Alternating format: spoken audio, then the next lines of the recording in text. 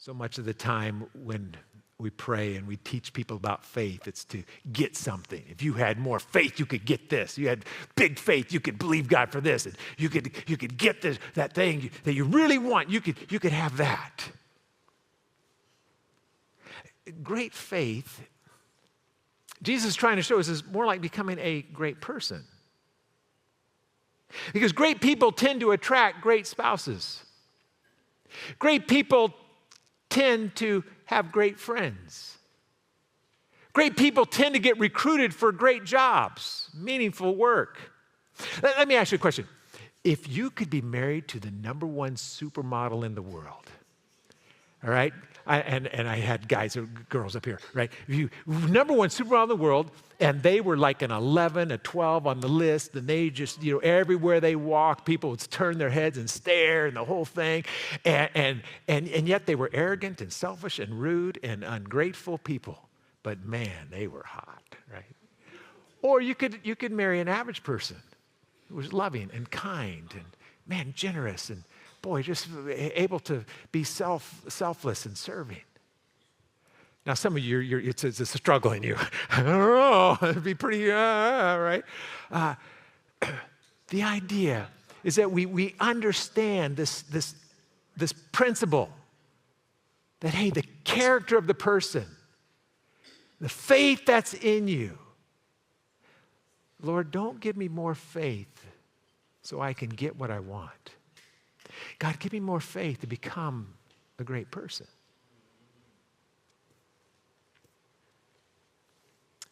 Here's what Jesus does.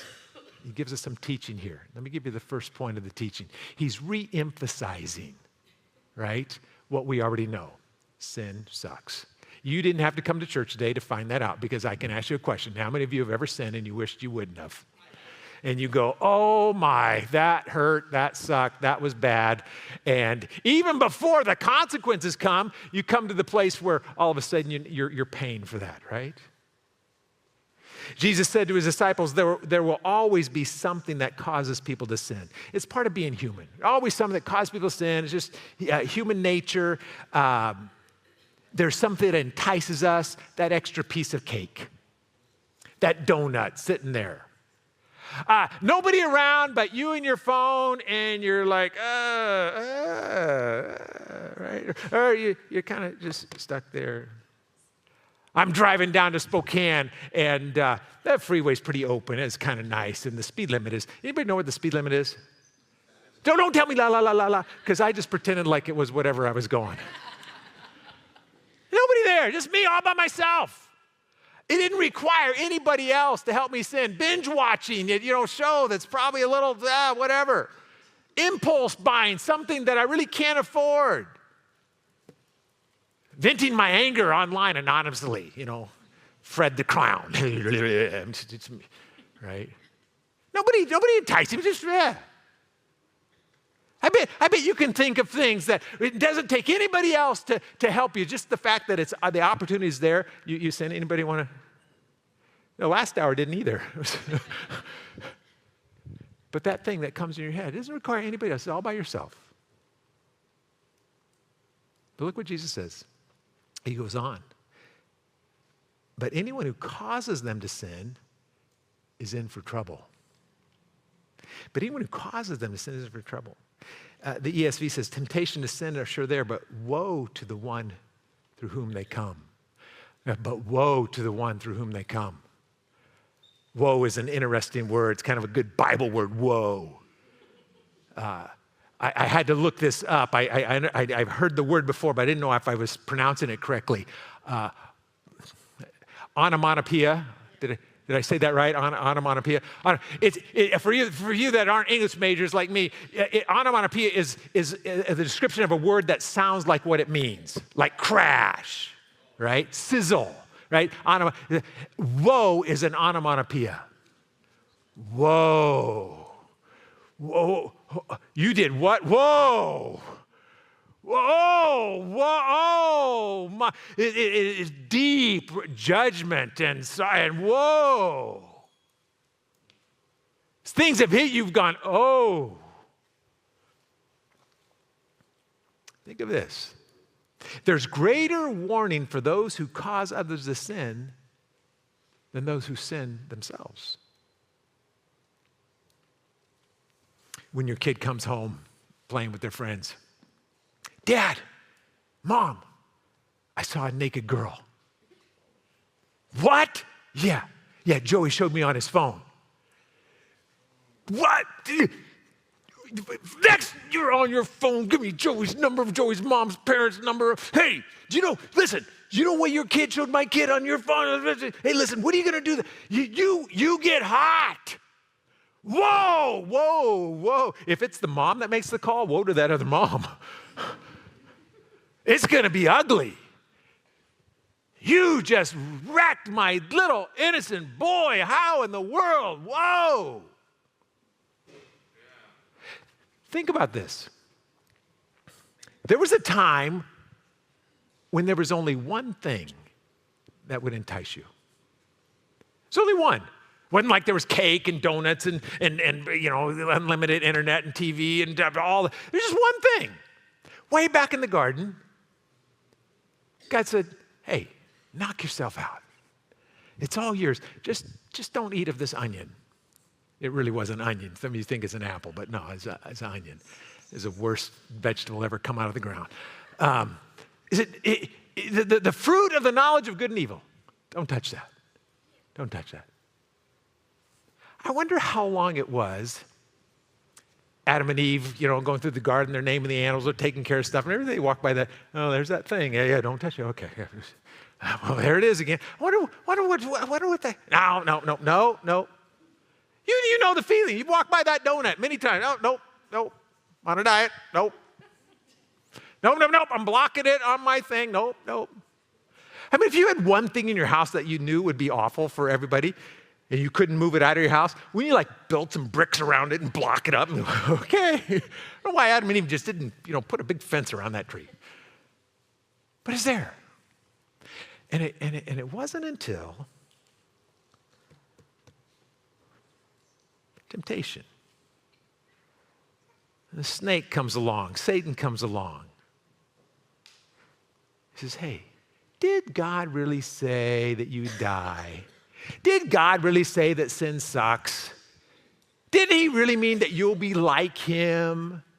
It's probably, this is actually probably pretty good for you. And that temptation, enticing them, brings them to a place where now the connection is broken.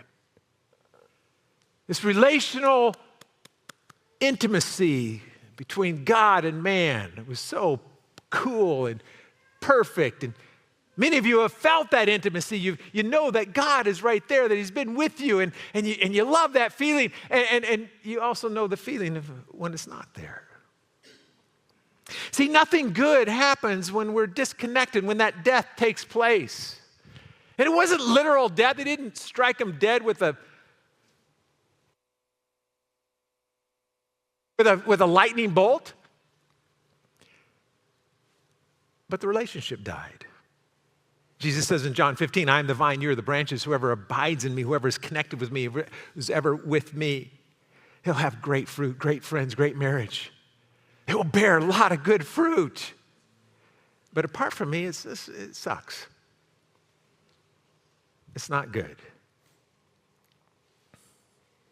There's a number of negative attributes associated with disconnection in a relationship. You can name some of them when you've had a fight with your spouse and that disconnection is there, your boyfriend, your girlfriend, and you thought, and then you're going. But the number one, the worst thing psychologists tell us happen is the feeling of aloneness, loneliness. I went to the dentist this week. I got those pills.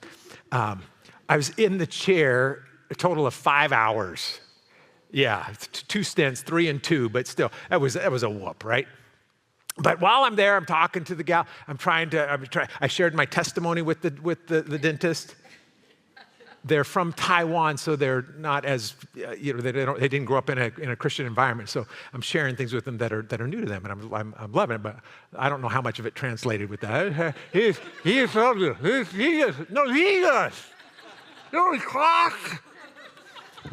I'm making fun. It wasn't quite that bad.